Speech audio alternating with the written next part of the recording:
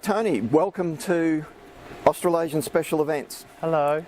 Now, you've worked with Baz on a number of occasions. Can you tell us about a few of those? The very first event I did for Baz, and I would have to Google this and calculate this, but it was for the opening night party of Romeo and Juliet, which was it 80s, 90s? It was early 90s, and it was at the Town Hall.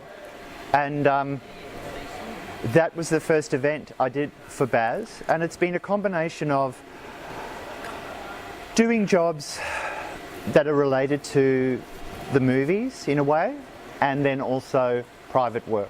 So that was the first job, and then we haven't never looked back, because I think when Baz trusts someone and connects with someone, we develop a relationship and a rapport that makes it really easy for him, and you know, I'm blessed with working with someone who is a true visionary and So a couple of highlights over the years from the time I think every job I've done has in its own way been very special. So I've done quite a bit of private work for them, small and large stuff, and then pretty much every movie premiere that they've had in Australia. Obviously the movies premiere all over the world, but Gatsby, Moulin Rouge, Australia, Romeo and Juliet, and now Strictly Ballroom the musical. But the highlight, yes, was actually working on the party scenes with Catherine in the actual movie of Gatsby.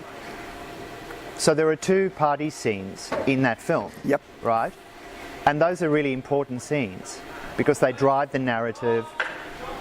It's how Gatsby lures Daisy across the Sound. And so those parties are really important. And so I pretty much worked as if Baz was a client, or as if Gatsby was the client and I was doing a party for Gatsby. So obviously Catherine designed the set, and she is the designer of the film. But it was a real buzz to be working on a movie set as if it was a client. Coming to Strictly Ballroom. Yes, sir. The party that you're producing tonight. Yes. What was your brief for that?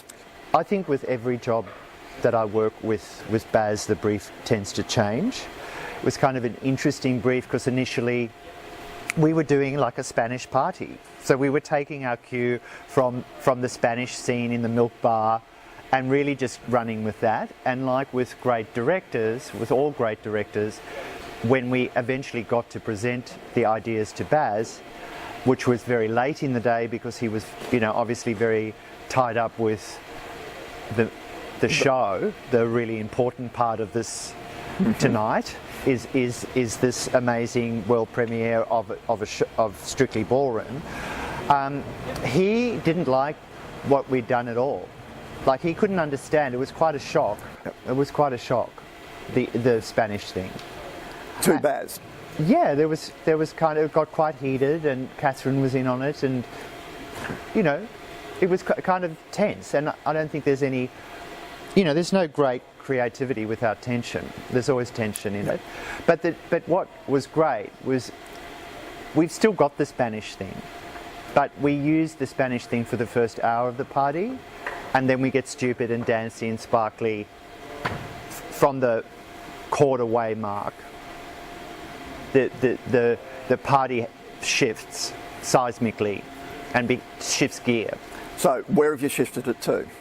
It becomes about dance. I mean, I think at the core of Strictly Ballroom, it's all about dance, forms of dance and the passion for dance. And in the back of my mind, and this is not someone else's brief, but I always brief myself as well. I mean, like, what am I doing this for? What is it about? What does the client really want?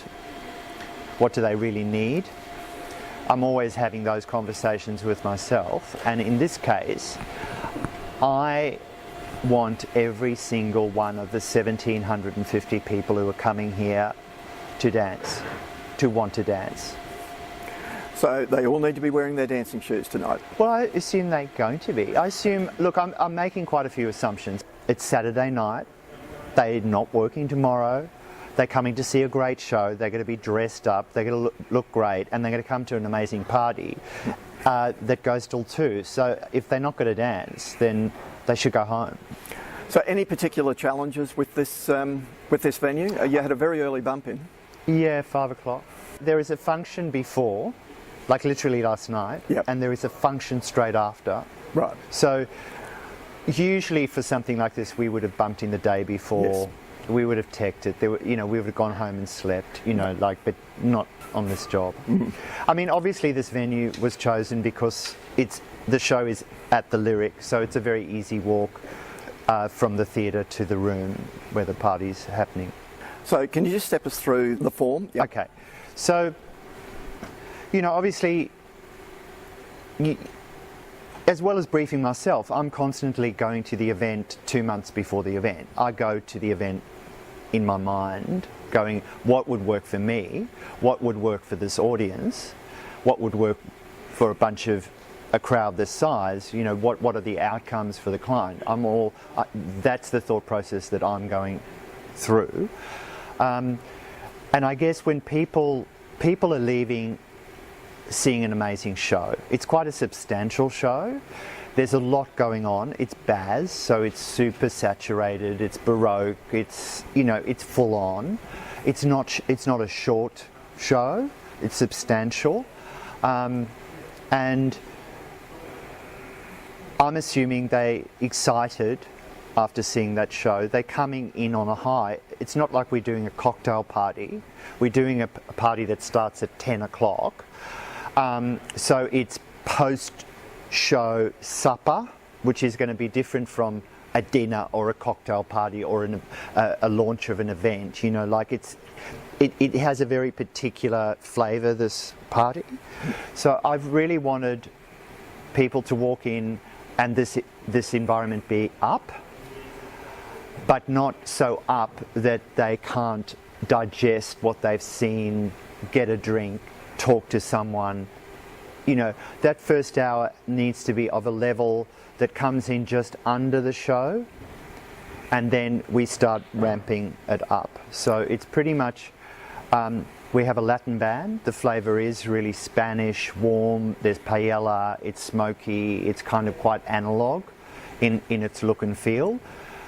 We have an amazing band, and then at the end of that we have Antonio Vargas, who is the original Spanish father, the father of Fran in the show, but in the movie he was the father. So he's an amazing Spanish dancer. He's a real talent, and he's here tonight to perform straight after that first hour, but leading into the official moment where we reveal the cast. So Baz comes on, welcomes people. We have the cast behind the red curtain. Obviously, this crowd has seen the cast in their full, crazy, Strictly Ballroom costumes and makeup and all of that. So it's the first time this crowd sees them as amazing actors, 50 amazing performers, but as themselves. They are revealed, there's a cast reveal, they enter the party, and then John Paul Young sings Love Is in the Air. It's a big crescendo, it's a big moment. The lasers are revealed, there's 18 kilos of gold glitter. It's, more, hype the crowd, and then from that point on, we've got a great DJ, and he'll play for the next 2 hours till close. You mentioned the red curtain reveal. Now that's a signature with Baz, isn't it? It is, except I don't have a red curtain. I have a burgundy curtain which I'm going to turn red with shitloads of red light. That's quite a signature with Baz, isn't it? It is with these works. I think he's always tried to sort of get away from it. He's always sort of said, Strictly Ballroom, Romeo and Juliet, Moulin Rouge were the red curtain trilogy. Yep. And I think he has. I suppose Gatsby is not red about the red curtain. So this Strictly Ballroom is part of the red curtain trilogy that Baz became known for, I suppose. Yep. I have to be very true to Baz. I have to be channel Baz. Baz is a maximalist. There's something Baroque about what Baz does. I'm not Baroque in my personal taste, but like any designer or theatre designer or film designer or whatever, I need to channel what I'm doing and then do the job and go off and do something else.